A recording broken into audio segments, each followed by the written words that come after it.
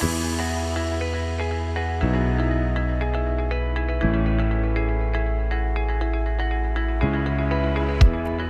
voulez investir mais vous ne savez pas par où commencer? Bienvenue dans Invest Ladies, le podcast pour les femmes qui veulent prendre le contrôle de leur argent. Je suis Catherine, investisseuse passionnée depuis quelques années. Dans mon entourage, j'ai remarqué que beaucoup de femmes souhaitent investir mais se sentent bloquées. Peur de perdre, peur de se tromper, impression que c'est compliqué ou réservé aux expertes. Si c'est votre cas, vous êtes au bon endroit. Ici, vous découvrirez des parcours inspirants de femmes investisseuses et des conseils concrets. Mais surtout, vous réaliserez que l'investissement est accessible quelle que soit votre situation. Alors, démystifiez la finance, prenez confiance et osez vous lancer. Bonjour à tous et bienvenue dans ce nouvel épisode d'Invest Ladies. Aujourd'hui, je reçois Léa, alias Travel Cowgirl sur les réseaux sociaux. Léa a commencé sa carrière comme kinésithérapeute avant que tout bascule. Un burn-out, un accident, 2 ans aux États-Unis à travailler près des chevaux, des moments de vie qui l'ont amenée à tout remettre en question et à se réinventer. Aujourd'hui, Léa est multi-entrepreneuse et investisseuse. Elle accompagne ses élèves à changer de vie et à devenir libre via son académie. Dans cet épisode, elle va nous parler de sa vision de l'argent, comment elle a évolué au fil des années, au fil de ses expériences de vie, et nous donner ses conseils pour changer son rapport à l'argent et vivre dans plus d'abondance. Un épisode inspirant qui va vous donner envie de voir les choses autrement. J'en profite pour vous dire que j'ai besoin de votre soutien pour qu'Invest Ladies grandisse et que de plus en plus de femmes deviennent libres et indépendantes financièrement. Alors, si le podcast vous inspire, vous pouvez m'aider en le partageant autour de vous, en laissant une note 5 étoiles ou un commentaire sur Apple Podcast ou simplement en vous abonnant. Ça aide énormément le podcast à remonter dans les classements et à toucher plus de femmes. Merci à vous et bon épisode. Bonjour Léa, je suis ravie de t'accueillir aujourd'hui dans Invest Ladies. Hello Catherine. Léa, à la base, tu étais kiné et c'est comme ça que je t'ai connue d'ailleurs, puisque moi aussi j'étais kiné. Et je me souviens d'une période où j'étais un peu au bout du rouleau et une amie kiné m'a partagé ton profil. Merci Sandra, si tu nous écoutes. Et c'était une belle découverte. Je me suis beaucoup reconnue dans ton parcours et dans cette quête de liberté que tu partageais et que tu partages encore. Et c'est comme ça que j'ai décidé de rejoindre ton académie à l'époque d'ailleurs. Ce qui m'a permis de faire sauter pas mal de plafonds de verre et de faire évoluer mon mindset. Aujourd'hui, Léa, tu es donc multi-entrepreneuse et investisseuse. Tu as créé entre autres ton académie dans laquelle tu coaches tes élèves qui veulent changer de vie. Mais ce dont on va parler avec toi dans cet épisode, c'est de l'évolution de ton rapport à l'argent au fil de ton parcours. Et la première question que j'ai envie de te poser, c'est quand tu commences en tant que kiné en libéral, quel est ton état d'esprit vis-à-vis de l'argent à ce moment de ta vie? Déjà, merci beaucoup pour l'invitation. Alors, l'état d'esprit que j'avais à l'époque, c'est qu'en fait, l'argent, je ne pensais pas à l'argent, dans le sens où c'était même pas un sujet, en fait. Tu vois, c'était juste, je travaille pour gagner de l'argent, il faut juste que je paye mon loyer tous les mois. Tu sais, je voyais à très, très court terme. C'est-à-dire que je me disais, OK, le mois prochain, il faut que j'ai pu payer mon loyer, mes charges, mon cheval de l'époque, tu vois, ce genre de truc. Mais je réfléchissais pas du tout long terme. Je me disais pas, tiens, il faut que j'investisse un jour. Mais vraiment, c'était des sujets mais qui me passaient mais complètement au-dessus. Je m'étais jamais dit, il faut que j'achète un appartement, un machin. Enfin, j'étais complètement déconnectée, en fait, de la valeur de l'argent. Et du coup, j'étais dans la merde tout le temps. J'étais vraiment dans la merde tout le temps. Je gagnais à peu près 2000 à 2400 euros par mois en tant que kiné, lycée sur l'année, parce que bon, après, je prenais des vacances, tout ça. Et j'étais tout le temps en négatif, mais vraiment tout le temps en négatif. Et en fait, quand j'étais en négatif, je me disais, bon, ça va, je peux aller jusqu'à moins 500 sur mon, tu vois, sur mon découvert. Du coup, je vais jusqu'à moins 500, on s'en fout, tu vois. Enfin, c'était vraiment complètement déconnecté sur ces sujets-là. Voilà.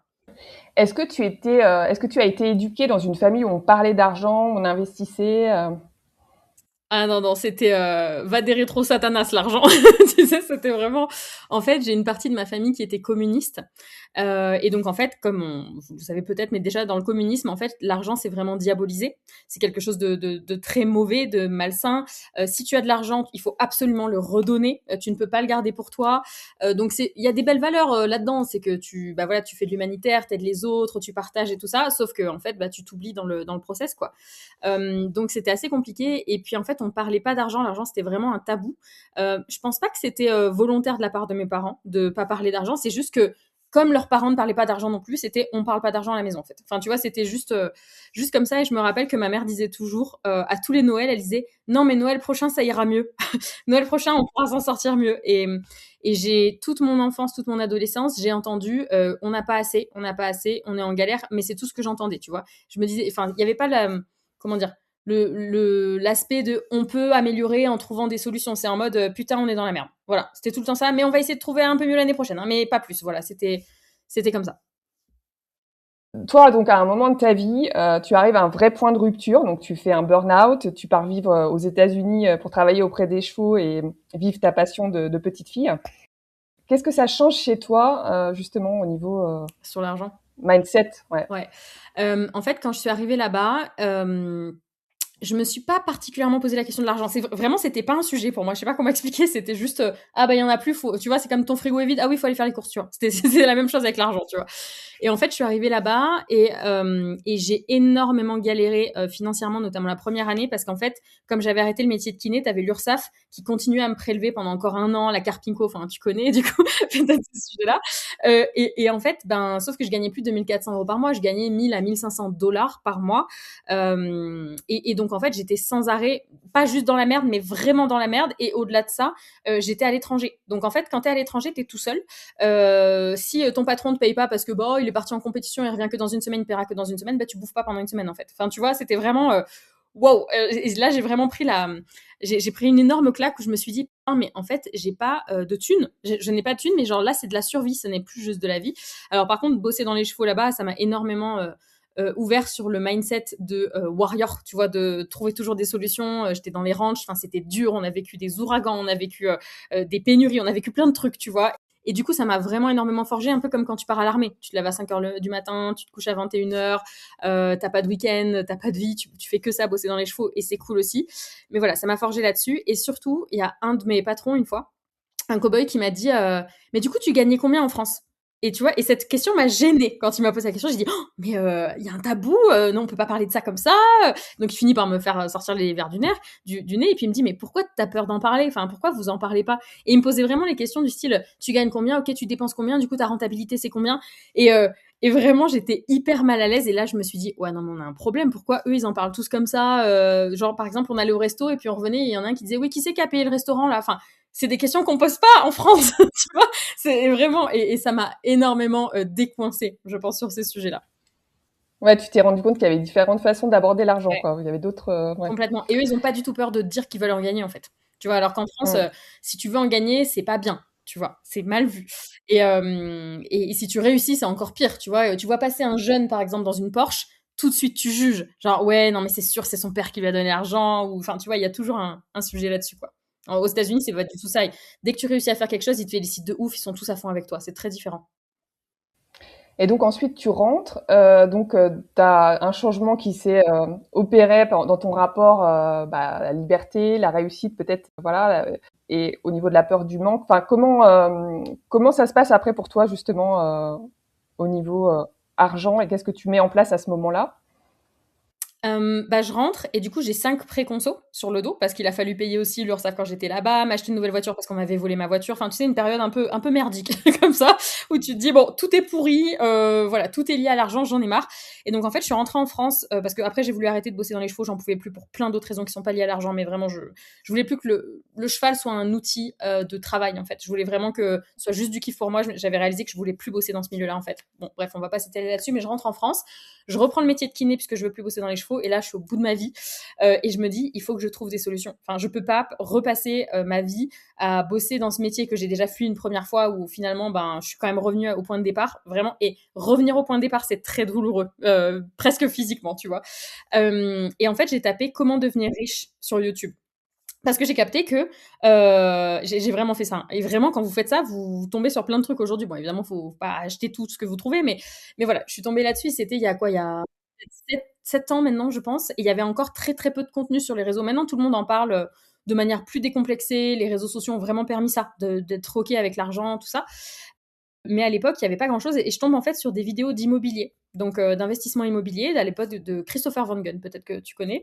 Et donc Chris, je commence à regarder ses vidéos et le mec, il voyageait dans le monde entier et tout.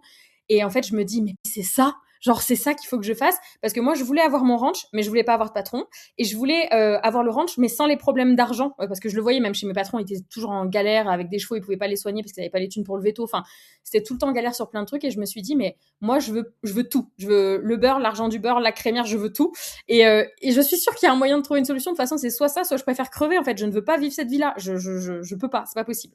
Et je me suis dit qu'il fallait que j'achète mon ranch et tout ça. Et donc, du coup, je tape comment devenir riche, je tombe sur ces vidéos d'immobilier, j'investis pas tout de suite sur moi, je prends pas tout de suite une formation, et c'est là une de mes grosses erreurs, mais bon, voilà, j'avais pas ce niveau de conscience, on va dire, de qu'est-ce qui est possible. Mais par contre, je ponce YouTube. Tu vois, je ponce YouTube dans tous les sens sur toutes les vidéos de Christopher, toutes les vidéos qui étaient liées à ça. Je commence à avoir ce qu'on appelle le syndrome de l'objet brillant, où je commence à m'intéresser à tous les business. Tu sais, ça t'ouvre une porte stratosphérique où tu dis, mais comme un univers parallèle où tu dis, mais c'est possible, en fait, je peux faire tout ça, waouh, mais c'est dingue et tout, en partant de zéro. Et donc là, au fur et à mesure, j'ai acheté des formations, je me suis formée comme une dingue, etc., jusqu'en 2021, où j'ai pu lâcher mon métier de kiné, créer mes business, enfin tout ça, quoi. Après, on en parlera peut-être après, mais voilà. Donc ta vie d'investisseuse, elle commence à ce moment-là et tu restes kiné pour pouvoir investir dans l'immobilier, acheter ton premier immeuble, c'est ça? Exactement. En fait, j'ai fait à peu près, alors j'ai pas exactement les dates, je pense, j'ai dû faire à peu près 3 ans, 3 ans, 3 ans et demi, où vraiment je me formais et je faisais mon max à côté pour développer un petit peu mes business. Et en fait, comme j'avais plein de blocages avec l'argent, je passais pas des caps, mais je savais pas que j'avais des blocages avec l'argent. Moi, je disais juste, faut travailler plus fort, faut travailler plus dur, faut me former plus. Et ça m'aidait jusqu'à un certain point. Mais en fait, comme je m'autorisais pas à gagner plus, parce que on va en parler après des croyances qu'on peut avoir du genre, si je gagne de l'argent, je deviens une connasse. Enfin, tu vois, tous ces trucs-là. Bref, je passais pas ces caps-là, mais j'étais un peu capée comme ça. Bref. Et du coup, jusqu'en 2021, où j'ai encore eu un autre accident qui m'a cloué au lit pendant 3 mois, où j'ai monté 7 fois un business qui me rapportait pas juste quelques milliers d'euros comme ça à droite à gauche, parce que juste avant ça, c'est ce que je faisais, mais où là vraiment, j'ai mon business qui m'a rapporté 10 000 euros par mois. Où vraiment j'ai eu un gros gap à ce moment-là. Cette même année, j'ai acheté mon premier immeuble, donc j'étais encore kiné à ce moment-là. J'avais eu un accident, bref, du genou et tout ça, j'étais alitée, mais j'étais encore kiné sur le papier, et donc j'ai acheté mon premier immeuble en béquille. C'était le 23 février, donc 2021. Et donc j'ai acheté mon premier immeuble en allant démarcher en béquille, voilà. La même année, j'ai acheté un appart. L'année suivante, j'ai acheté un deuxième immeuble et tout ça. Et le métier de kiné, je l'ai arrêté fin 2021 parce que du coup, j'avais mes business à côté qui fonctionnaient déjà très bien, quoi. Donc voilà. Et là, récemment, en 2025, j'ai acheté mon ranch. Oui. Donc pour revenir sur ton premier investissement immobilier, est-ce que tu penses que c'est le fait de partir justement qui t'a donné ce déclic de commencer dans l'immobilier, ou est-ce que tu te rappelles quel déclic tu as eu pour te dire tiens, je vais faire de l'immobilier, ou c'est vraiment en allant sur YouTube fouiller que tu as eu une sorte de révélation? Comment ça... J'ai jamais été attirée par l'immobilier avant. Enfin, genre, c'était même pas un sujet. Pour moi, les gens qui faisaient de l'immobilier, c'était, tu sais, des trucs, des mecs en costard cravate. Enfin, tu vois, je réalisais pas du tout. Puis personne n'avait investi dans ma famille. Donc, quand t'as pas d'investisseur dans ta famille ou d'entrepreneur, bah, tu sais pas que ça existe, en fait. Et je pense que le déclic, ça a été la douleur. La douleur en rentrant en France, de reprendre mon métier en plus à ce moment-là. Donc, on me vole ma voiture, et nanana. Enfin, tout est compliqué, tu vois. Et je vis une période, mais dure. Et je me rappelle, je fais des remplacements kiné parce que du coup, je veux plus me poser quelque part en tant que kiné. Je veux faire que des remplacements pour me sentir quand même libre. Et je fais un remplacement kiné où le logement, c'est comme une chambre de bonne, tu sais, sous des, comment dire, enfin, dans des combles. Et je dors avec un matelas par terre, tu vois. Et là, je ponce YouTube, tu vois, je me dis, je ne peux pas laisser cette situation rester comme ça. J'en parle rarement de ça parce que, bah voilà, parce que c'est comme ça, j'ai pas forcément envie de m'étaler sur tous ces sujets, mais je me rappelle encore, voilà, dormir avec ce matelas par terre. Il y avait juste une petite table, je mangeais sur mon lit, du coup, j'avais rien d'autre, et puis j'avais pas les thunes pour prendre un appart et bosser à cet endroit-là, quoi. Et donc, du coup, on m'avait prêté une chambre de bonne au-dessus du cabinet. Et là, vraiment, c'est la douleur de me dire, qu'est-ce que tu es en train de foutre de ta vie, là, ça va pas du tout. Et c'est parce qu'il y a des vidéos immobiliers qui ont popé que je me suis intéressée à l'immobilier grâce à l'algorithme, en fait, hein. Sinon, j'aurais jamais tapé investir dans l'immobilier, et je me suis pas du tout posé ces questions-là à la base. Et le jour où tu arrives chez le notaire pour signer, est-ce que tu as quand même une peur qui est encore là? Comment tu te sens dans ta tête? J'ai pas dormi de la nuit. Ah non, mais j'étais dans un état. Les gens pensent que oui, t'arrives comme une queen, tu sais, quand tu vas chez le notaire la première fois. Non, tu te chies dessus. Et je me rappelle que ma mère m'amène du coup parce que je suis en béquille, donc je peux pas conduire. Elle m'amène. On s'est arrêté genre 5 fois sur la route en 1 heure de route pour que j'aille faire pipi, tu vois. J'étais en mode non, je peux pas, je peux pas. Et je me rappelle encore avec mes béquilles galérer au bord de la route, en mode non, il faut que je fasse pipi, j'en peux plus. Tu vois, de stress en fait, de stress. Et je me rappelle la nuit qui précède la signature. Je suis dans mon lit comme ça chez ma mère du coup. Et je regarde le plafond et je me dis, mais qu'est-ce que je suis en train de branler? Non, mais ça se trouve, l'immeuble, en fait, il est pas du tout aussi rentable que ce que je croyais, machin. Et je recommence à faire tous mes calculs, tu vois. Et en fait, tu sais, quand t'es à moitié endormi la nuit, tu sais, les choses prennent une ampleur énorme qu'elles n'ont pas normalement. Et du coup, je me rappelle, elle m'être réveillée le matin, elle me dire, mais je suis en train de faire une connerie, mais c'est pas possible. Et c'est ma mère qui m'avait dit, mais non, ma chérie, t'inquiète pas, ça va aller, c'est ok et tout. Mais voilà, bref. Donc non, je me chiais dessus quand je suis allée, clairement. Donc ensuite, après, tu investis sur toi, tu crées ton business, enfin même plusieurs business. Tu investis beaucoup sur toi, en plus de l'immobilier. Si aujourd'hui tu prends du recul sur tout ça, de ta vie de kiné libérale à aujourd'hui ta vie de multi-entrepreneuse et investisseuse, comment tu vois un petit peu le fil de l'évolution et qu'est-ce qui a le plus changé dans ta façon de penser? C'est de bosser sur mon mindset, en fait. En fait, c'est d'accepter d'évoluer. Parce qu'en fait, je pense que tu vois, rien que là, tu m'as dit quand tu étais kiné à maintenant, j'ai mon corps qui fait: «Ah, heureusement que je suis plus je suis plus dans cette situation». Mais je pense que c'est en fait le fait de se dire que le fait d'apprendre ne s'arrête pas à la fin de tes études. Le fait d'apprendre, il continue toute ta vie si tu as envie que ça continue toute ta vie et si la vie que tu as ne te convient pas, il faut changer. Et je suis tombée notamment sur des vidéos de Tony Robbins à l'époque, qui est mon mentor, qui est un Américain dans le développement personnel et vraiment en fait ce qui m'a changé la vie, c'est ça. C'est le mindset. C'est-à-dire commencer à lire des livres sur le mindset, l'état d'esprit, le développement personnel, en fait, à lire des livres là-dessus, à regarder des vidéos YouTube de motivation, etc. Ça m'a transformée. Ça a créé des nouvelles habitudes de pensée, donc des nouvelles habitudes de vie, donc des nouveaux résultats aussi dans ma vie. Enfin, moi, c'est ça qui a tout changé pour moi, clairement. Mais comment tu as réussi à te sentir légitime avec l'argent et d'arrêter de culpabiliser, de vouloir plus, par exemple?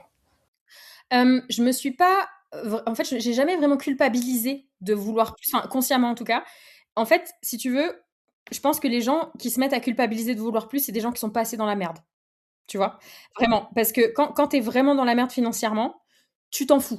Tu es en mode: «Non mais en fait, il faut que je me sorte de cette situation, j'y vais» et donc en fait, j'ai juste posé mon cerveau, toutes les peurs, les machins, j'étais en mode: «Fuck, je veux pas écouter ça» parce qu'en fait, si j'écoute ça, je vais rester dans mon truc là tout pourri avec mes 5 préconços sur le dos, à galérer, à toujours courir après l'argent et tout ça, à vraiment galérer là-dessus et je pense que ce qui m'a permis d'avancer plus vite, peut-être que d'autres qui réfléchissent trop, c'est la douleur.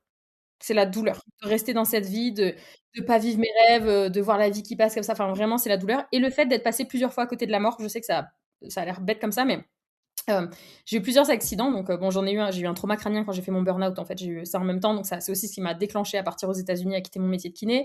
Après j'ai eu un autre gros accident donc fin 2020 et début 2021 là où j'ai monté mon business depuis mon lit, qui m'a aussi fait relativiser et en fait, ces accidents, ils te montrent qu'à chaque fois tu es à quelques centimètres de crever en fait et du coup après, culpabilité, pas culpabilité, ça va quoi, tu vois? Enfin au bout d'un moment, on n'a pas le time et les gens que je vois aller le plus vite, sont les gens qui ont vécu les trucs les plus durs. Vraiment. Je dis pas que tu peux pas aller vite en ayant vécu une vie facile. Évidemment, tu peux, mais simplement, quand tu as vraiment eu des douleurs dont tu cherches à t'échapper, parce que moi, c'était de la fuite, bah, tu vas beaucoup plus vite parce qu'en fait, il y a que ça qui est le plus important, quoi. Ouais. Mais je revenais, oui, par rapport à ce que tu disais tout à l'heure sur ton éducation et tout ça. Donc, à la base, c'était quoi exactement tes croyances limitantes par rapport à l'argent? Parce que, ok, tu voulais te sortir de cette situation, mais après, tu voulais aussi, le step d'après, c'était être libre. Donc, quand même, que l'argent soit plus un problème pour faire tout ce que tu avais envie de faire. Je pense que le principal, c'était: «Non, mais moi, c'est pas pour moi. C'est pour les autres, mais genre moi, j'ai pas le droit». Je sais pas pourquoi, hein, mais c'était, j'ai jamais eu de culpabilité à gagner trop. Ça, c'est arrivé plus tard, quand j'ai fait mes premiers 200 000, 300 000, 400 000. Là, c'est quand ça a commencé à venir me titiller parce que ça faisait vraiment des grosses sommes. Mais au démarrage, c'était vraiment, «Non, mais pourquoi moi? Pourquoi moi j'aurais le droit?» C'est pas, c'est comme si je méritais pas en fait, d'avoir, cette vie-là, cette liberté-là, gagner de l'argent comme ça. Après, il y avait aussi la croyance de si je gagne beaucoup d'argent, je vais devenir une connasse, je vais devenir une mauvaise personne, je vais devenir une méchante, je vais tout garder pour moi. Enfin, tu sais, toutes les croyances qu'on peut avoir sur la richesse. Est-ce que tu as changé d'identité, Léa? Oui, absolument. Absolument. Il y a eu un gros shift d'identité, aussi, mais l'identité, c'est pas forcément devenir une connasse, en fait, tu vois? Et puis alors j'ai eu un truc qui était assez fou, c'est que plus je gagnais, plus j'avais peur de manquer. Tu vois? Parce que je voyais des plus gros chiffres sur mes comptes et plus j'avais peur de manquer et tout ça. Ça, c'est un truc que j'ai vraiment travaillé. Même en début, là, 2026, c'est revenu me challenger avec le ranch. OK, ça y est, tu peux perdre ton ranch du jour au lendemain. Ah non, non, je vais pas perdre mon ranch. OK, tiens, je vais retravailler sur. Donc à tous les niveaux, en fait, c'est toujours venu me challenger d'une autre façon. Mais le principal, c'était si je gagne plus d'argent, je vais être une mauvaise personne. Tu vois? Voilà, ça, je pense que c'était ma croyance principale. Et puis après, il y a aussi le fait de plus tu as d'argent, moins tu vas savoir gérer. Tu vois? Ça, c'était un truc, non, mais si j'ai plein d'argent, je vais pas savoir gérer. Les premiers 10 000 balles par mois que j'ai fait, j'étais en panique. Mais quand je te dis en panique, j'avais l'impression d'avoir braqué une banque. Tu vois? De pas savoir, machin. Aujourd'hui, si je faisais que 10 000 balles par mois, je serais en panique aussi parce que je fais que 10 000 balles par mois, tu vois. Mais voilà, enfin, c'était les croyances que j'ai eues. Après, j'en ai eu tellement, mais tu sais, le fait aussi que, ouais, mais si j'ai plus d'argent, ça va me créer plus de stress parce que je voyais ma maman qui stressait toute ma vie avec l'argent. Mais je me disais, si j'ai plein d'argent, ça va créer encore beaucoup de raisons de stresser, tu vois.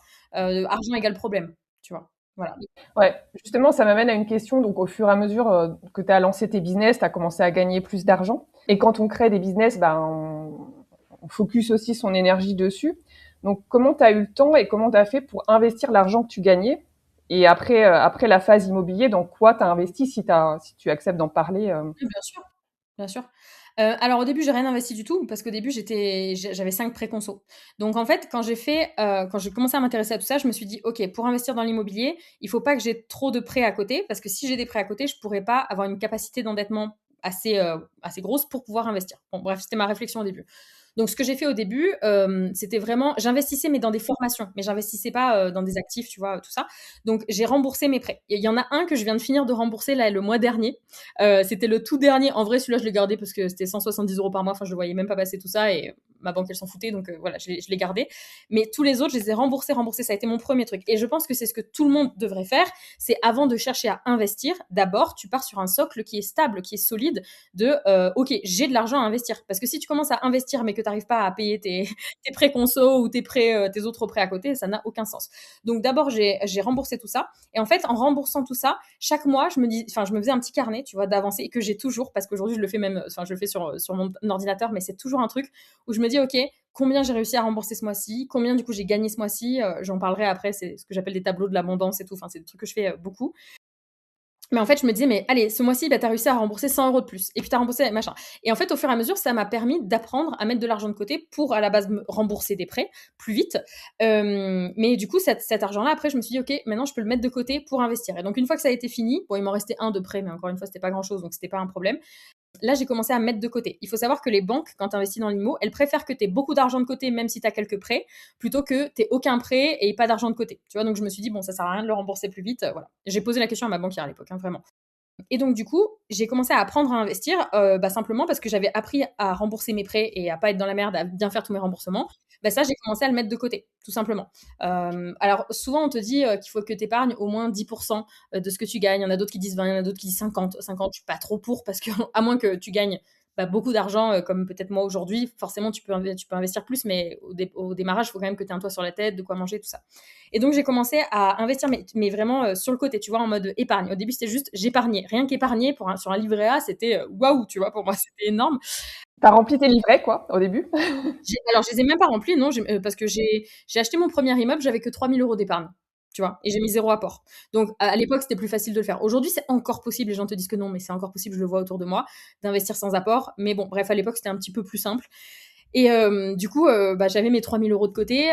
Et donc, la banque, je suis allée voir pour acheter mon premier immeuble avec 3 000 € de côté et en béquille, quoi. Et ça a marché, tu vois, avec 3 ans de différé en plus. Enfin bon, bref, j'ai fait tout un truc. Et après, au fur et à mesure, tout ce que je gagne avec l'IMO, et encore aujourd'hui, je n'y touche pas. C'est-à-dire que l'intégralité de ce que je gagne avec l'IMO, c'est mis de côté. Même depuis 2021, tu vois, on est en 2026, je ne touche pas à cet argent. Et ça permet en fait de faire grossir des cagnottes aussi sur le côté. Moi, j'ai pas investi en bourse. Enfin, j'en ai fait un peu, mais franchement, de manière très peu. Parce qu'en fait, c'est pas mon truc. Moi, j'ai besoin que ce soit concret, j'ai besoin que ce soit dans la pierre, j'ai besoin de le voir, j'ai besoin que ça se base pas sur des spéculations, tu vois. Donc voilà, moi, j'ai surtout investi dans l'IMO. Et après, dans mes business, évidemment. Mais donc concrètement, aujourd'hui, si tu as de la trésorerie, tu l'investis pas en bourse ou en crypto ou dans des entreprises. Non, tu la mets de côté, quoi. C'est ça? Non, je mets tout de côté. Après, l'argent travaille dans ce qu'on appelle des comptes à terme. Ok. Les comptes à terme, pour ceux qui connaissent pas forcément, c'est quand tu as une petite trésorerie de, je crois que ça part à 5 000 euros par mois ou un truc comme ça de trésor. Tu mets cet argent qui travaille en fait et c'est un peu plus intéressant qu'un livret A. Ok, donc tu as quand même un petit rendement dessus. Ah, mais moi, je mets du rendement partout, par contre. Attention, je mets du rendement dans absolument tout ce que je fais. Mais par contre, j'investis très peu en bourse. Crypto, pas du tout. J'en avais, j'ai tout viré. Enfin, c'est pas du tout ma vibe. Moi, je réfléchis vraiment long terme et dans mon fonctionnement. Je me suis formée, hein, je me suis formée en crypto, je me suis formée en bourse et tout. Mais pour moi, c'est trop spéculatif. C'est ma vision des choses. Il y a des gens qui seront contre l'IMO pour plein d'autres raisons et voilà, et à fond la bourse et la crypto, c'est ok. Juste, moi, c'est pas mon truc. Et en fait, je sais qu'aujourd'hui, j'ai eu raison dans mes objectifs de vie qui étaient d'acheter un ranch un jour. Bah, valait mieux que j'investisse tout dans l'IMO parce que ça a fait partie des raisons pour lesquelles les banques m'ont prêté. Parce que j'avais déjà plusieurs immeubles et compagnie. Ils m'ont dit, ok, vous êtes capable de gérer de l'IMO, bah, on vous prête pour votre ranch, quoi. Oui, voilà, chacun met sa stratégie en fonction des objectifs qu'il a. Exactement. Ouais. Ok. Beaucoup de femmes qui nous écoutent, Léa, ont envie de reprendre un petit peu le contrôle de leur vie financière, mais parfois elles restent malheureusement bloquées par la peur ou le manque de confiance, où elles se disent ouais, je suis pas assez experte pour me lancer dans quelque chose. Enfin, il y a toujours des croyances limitantes. Qu'est-ce que toi tu aimerais leur dire aujourd'hui? Waouh, il y a tellement de choses. Il y a plusieurs aspects. Première chose, décrasse tout ce qui est schémas familiaux avec l'argent. La base. Si tu décrasses pas ça, tu auras beau faire tout ce que tu veux derrière, tu seras tenu par des boulets, quoi. Tu peux le faire avec de la thérapie, des livres, des coachings, etc. La deuxième chose, c'est que l'argent aime la clarté. Donc, si tu mets de la clarté en fixant des objectifs qui sont clairs, que tu te tiens tous les mois, que tu fais ton récap du mois, puis tes objectifs du mois suivant, etc., ça va aller beaucoup plus vite. Et ensuite, de faire tout ce... Là, c'est encore une histoire énergétique, mais de faire ce qu'on appelle le Ho'oponopono. Pour ceux qui ne connaissent pas, allez voir sur Internet, vis-à-vis de toutes les situations qui ont pu t'arriver avec l'argent, pour vraiment décrasser. Et la dernière chose, ce serait de tenir un tableau d'abondance, c'est-à-dire tous les jours de se à quel point tu as de l'argent qui rentre, que ce soit sous forme de chiffres sur ton compte bancaire, mais que ce soit sous forme de quelqu'un qui te rend un service, qui te offre un truc, qui te donne un truc gratuit. En fait, on a l'abondance à chaque instant, c'est juste qu'on n'est pas capable de l'avoir. Quand on n'est pas capable de l'avoir, on est dans une énergie de manque. Voilà. Alors, je te fais des questions un petit peu plus tac au tac. Par quoi on commence du coup, quand on veut reprendre sa vie financière en main? Je pense mettre de la clarté quand même. Mettre de la clarté, enfin, oser, arrêter de faire l'autruche. Oser aller mettre le nez dedans. Comment on dépasse ses peurs? En les écrivant à l'envers. C'est-à-dire que tu écris ta peur, genre, je sais pas moi, j'ai peur de gagner plein d'argent, et tu l'écris sous forme d'affirmation positive, du genre, je gagne de l'argent à chaque instant, c'est facile, c'est cool, ça me fait plaisir. Voilà. Et ces phrases, tu les relis tous les jours, jusqu'à en être convaincu. Est-ce qu'il faut attendre d'être prête? Non, pas du tout. Pas du tout. On n'est jamais prêt. Bien sûr que non, on n'est jamais prêt. J'ai jamais fait un seul truc pour lequel j'étais prête et ça a marché quand même. C'est ok. Donc, savoir sortir de sa zone de confort. Bien sûr, à chaque instant, chaque jour. Faut s'habituer à entretenir ça. C'est clair. Comment passer d'un mindset de manque à un mindset d'abondance? Avec le tableau d'abondance que je t'ai dit. En fait, vous faites un tableau ou un carnet, soit un Excel, soit sur un carnet, et chaque soir avant de vous coucher, vous marquez tout ce que vous avez eu d'abondant dans votre vie, qui vaut ou pas de l'argent d'ailleurs, on s'en fout. Et ça va te faire switcher un petit peu sur toutes les raisons pour lesquelles tu peux avoir de la gratitude plutôt que l'énergie du manque. Déjà, juste commencer avec ça. Par exemple? Par exemple, je sais pas, tu vas quelque part et tu as un pote qui t'offre un café. Bah, tu as gagné 2 euros. Tu vois? Et non, mais c'est vrai, enfin, on se rend pas compte à quel point en étant dans cette énergie d'abondance, ça peut tout changer pour toi. Parce qu'en fait, ton cerveau, il focalise sur les trucs sur lesquels toi, tu mets du focus. Si tu focuses sur le manque, il va créer encore plus de manque dans ta vie. Tu vas avoir l'impression de voir du manque partout. Voilà. Si il focalise sur l'abondance, tu vas avoir de l'abondance partout. Alors attention, je parle d'abondance, pas en partant dans les délires de je m'assois au milieu d'une pièce en attendant que l'abondance me tombe sur le dos. Non, pas du tout. Pas du tout. Évidemment, on se sort les doigts. Tu crois à la manifestation, toi, Léa? J'y crois si et seulement si tu passes à l'action. Si en fait la manifestation, c'est important pour re-switcher ton mindset, tu vois, pour changer d'identité, pour arrêter d'être dans une identité de je galère tout le temps à une identité de je vais bien, je me sens en abondance, j'ai plein d'argent qui arrive, c'est trop cool, c'est génial. T'es obligé de réfléchir différemment en fait, si tu veux que ça change. Donc la manifestation pour moi, elle fait partie de ça. Par contre, la limite, elle est quand tu attends que ça se passe, mais que tu ne fais aucune action. T'auras beau réfléchir à la manifestation toute la journée, si tu ne passes pas à l'action, il n'y a rien qui va se passer. Donc, action, action, action. Ouais. Quel premier pas concret si nos auditrices veulent commencer aujourd'hui? Donc, aujourd'hui, elles commencent par quoi? Moi, je vous inviterais à vous former. à lire un livre sur le sujet, à regarder des vidéos YouTube sur le sujet, à prendre une formation sur le sujet, juste se former. Commencer en fait à être à l'écoute de personnes qui ont déjà réussi dans ces domaines-là, puisque ben on peut pas inventer tout seul des trucs. Enfin moi j'ai rien inventé dans tout ce que j'ai fait. J'ai juste appris avec des coachs ou avec des formateurs ou avec des livres ou avec des séminaires. J'ai juste appris, tu vois. Donc commencez à sélectionner les gens avec lesquels vous allez vous former ou les livres que vous allez lire, mais juste commencer à remplir votre cerveau, votre âme d'un nouveau contenu. Donc, si tu devais transmettre un seul message à une femme qui nous écoute aujourd'hui et qui n'ose pas encore prendre sa place financièrement, en une phrase, du coup, tu lui dis quoi? Bah, t'attends quoi en fait? Genre, t'attends qu'il se passe quoi? Est-ce que t'attends qu'on vienne te prendre par la main? Tu vois? Genre, personne ne va venir te prendre par la main. Et une phrase que je dis souvent, c'est que le résultat de la vie, enfin, la vie que t'as aujourd'hui, sur tous les plans, sentimental aussi, financier, professionnel, tout ça, c'est juste le résultat des décisions que t'as prises sur les 5 dernières années qui viennent de passer. Si ta vie te convient pas aujourd'hui, ça veut dire et que tu ne changes rien, dans 5 ans, il y a rien qui aura changé non plus. Et puis dans 5 ans, et puis dans 5 ans, et puis à la fin, bref, on meurt, quoi. Donc du coup, il faut que tu changes aujourd'hui pour avoir des résultats différents dans 3 à 5 ans là. Mais si tu changes rien, il y a rien qui aura changé du tout. Justement, Léa, je crois que tu as aussi créé un programme autour de ces questions-là. Est-ce que tu veux nous en dire quelques mots? Ouais, alors j'ai créé un programme en fait, ce qui est assez drôle, c'est que j'ai créé ce programme en le faisant à la base pour moi, parce qu'il y a 2 ans, non, il y a 3 ans maintenant, je crois que c'était il y a 3 non, c'était il y a 2 ans et demi, 3 ans. Bref, je sens que j'arrive à un nouveau cap financier. Alors, j'étais déjà à peu près à 500 000 euros par an, donc c'était déjà cool, hein. Mais je sens que j'arrive à un plafond, ce qu'on appelle les plafonds de verre, et j'arrive pas à le dépasser. Et putain, celui-là, il est vraiment costaud. Et en fait, du coup, je me suis dit, tu sais quoi, ce plafond de verre mental que je sens, qui m'empêche en fait de gagner plus, de me sentir mieux, etc. Parce que moi, je voulais acheter mon ranch aussi, hein, donc il fallait que je mette vraiment de l'argent de côté. Et quand tu fais 500 000 euros de chiffre d'affaires, t'as pas 500 000 euros dans ta poche, attention, hein. Il y a aussi les impôts, ton équipe, les logiciels, les machins, tout ça. Et donc, je me suis dit, pour passer vraiment ce cap émotionnel de OK, on passe les 500 000 euros par an, ça va aller. Je me suis dit, il faut que je me fasse tout un programme de décrassage émotionnel et rationnel, la totale, avec l'argent. Et donc, je me suis créé un programme pour moi. Et en fait, en créant ce programme, je me suis dit, putain, mais c'est trop con que je le mette pas à disposition de tout le monde. Ce programme, du coup, je l'ai appelé le Money Bootcamp. C'est un programme sur 21 jours. Alors, il est costaud. Je préfère juste le dire. Il est vraiment costaud. Parce que, en fait, sur la première partie, on va déjà parler que du mindset. On va faire un gros décrassage mindset. C'est un vrai décrassage émotionnel avec l'argent. En fait, tout ce qui est blocage, auto-sabotage, schémas familiaux, enfin, moi, je vais aller mettre les pieds dedans et fort. Donc, dans le Money Bootcamp, les élèves pleurent. D'accord? Ils pleurent vraiment parce que ça soulage énormément. Il y a beaucoup de choses qui sortent. Il y a une première partie là-dessus. Et ensuite, il y a une partie beaucoup plus rationnelle sur, OK, maintenant, comment tu gères ton budget, comment tu gères tes objectifs, comment tu vas gérer tes prochains investissements, etc. Alors, c'est pas un coaching en investissement, évidemment, immobilier ou quoi que ce soit. Juste, ça te permet de vraiment décrasser ça et de mettre ton plan d'action en place. Donc, il est sur 21 jours.